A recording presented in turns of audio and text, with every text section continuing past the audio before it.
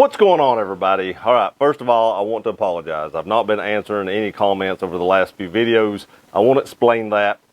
I have a friend, she's like a mother to me. She basically helped raise me.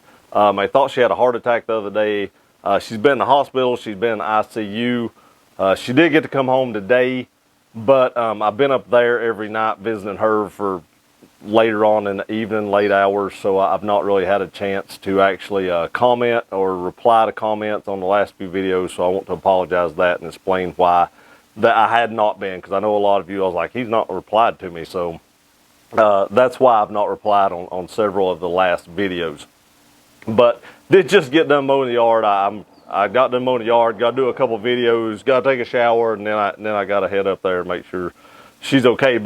But what I want to talk about in this video right here is I've had several people say that the rear doors on the new Tundra look smaller than the current Tundra.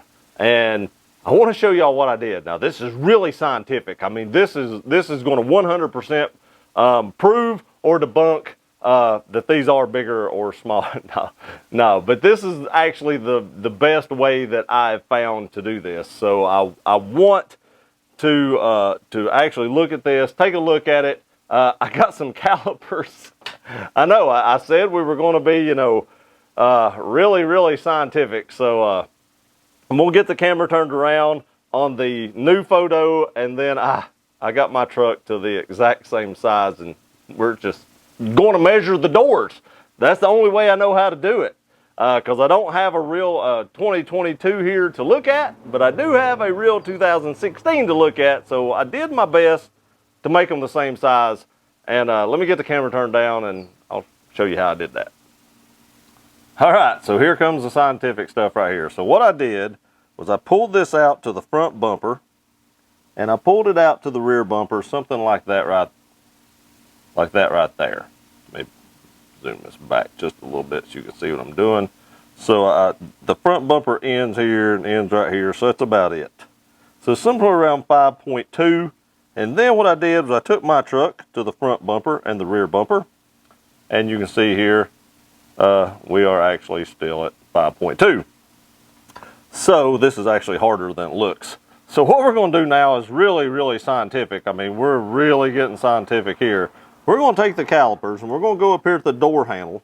And I'm going to go right to the edge of the door handle here, right to the edge of the door handle right there. And we have about a little over a ½ inch, 0.56. So we're going to swipe over. Now I tried to get close to the same angle. You can see right there, it's about the same angle. So now if I go to my door handle right here, you can see I have to open it up wider, and we get about 0.662. Now you got to think, this is small. This isn't to scale. So the bigger this gets, the wider that's going to be. Now I want you to look at my door right here. Now look at this door. It does look smaller. I've had a lot of people tell me that and say that, and I have to agree, that rear door looks smaller. And I really hope that they did not do that. The one thing that sold me on the Tundra was the size of the truck. I loved how just massive it was on the interior.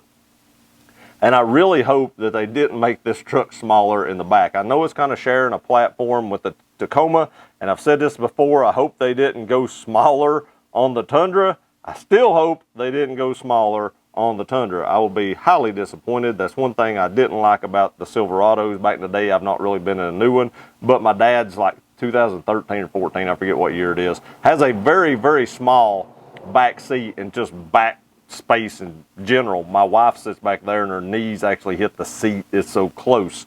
But again, just look at this. Let me actually zoom in on this right here.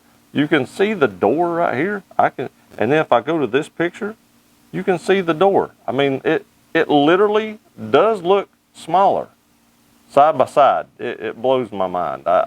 That was actually really the only way I knew how to do it. If I got the trucks the same size at about the same photo angle, I was like, well, I should be able to measure it and get some kind of a measurement, and then be able to say, hey, you know, I don't know what scale this is here, but whatever scale this is, you could, you know, multiply it to that and see how much bigger it would be in real life. All right, what did you think about my very scientific experiment? Do the doors look smaller to you? I've heard a lot of people say they do. They look a little smaller to me, and I gotta say, I'm not a fan of that. I don't like the fact that Toyota might have made these smaller. Now, did they? I've also heard rumor that the truck is bigger. Is it just bigger overall with a smaller back seat? Is the whole truck bigger? I don't know, but this is the best way that I could come up with to actually try to figure out if they were bigger or smaller. Don't know how scientific that was, but I did my best. I made both trucks about the same size, and then I measured the doors in the same place, and the proof is in the pudding. My 2016 doors did look bigger. Now, I'm sure somebody in the comment section will debunk that and tell me why it's not right and why it ain't true. But this was the best way I knew how to do it, because I don't have a 2022 to actually go out here and measure the doors or get into the back seat. So this is all I had, and that's the way I did it. Hope y'all liked it. I hope it's kind of cool. I know it wasn't the most scientific thing there ever was in the world, but hey, it was something. Again, let me know in the comments section, where do you think they look smaller? In the photo, I think they do. I appreciate y'all watching this video. Please like, share, and subscribe. We'll see you next time.